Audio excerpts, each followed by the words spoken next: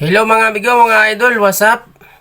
Panoorin natin itong mga ganap dito sa rally ngayon mga idol, mga amigo. Grabe mga warshock yung mga nangyari ngayon mga amigo.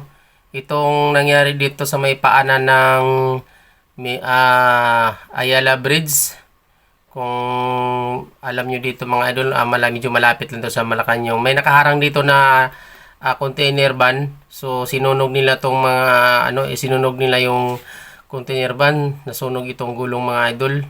Tapos yung mga pulis dito na nakaharang, pinagpalo-palo din nila mga idol, mga amigo, no?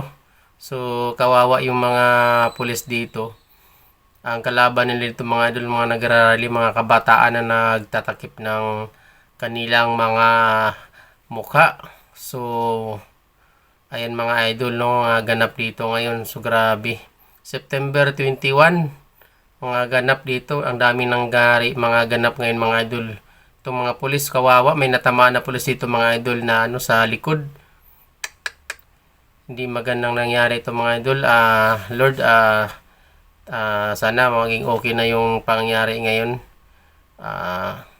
So hanggang dito na lang mga idol, yung mga panood natin itong mga ganap mga idol. Maraming salamat.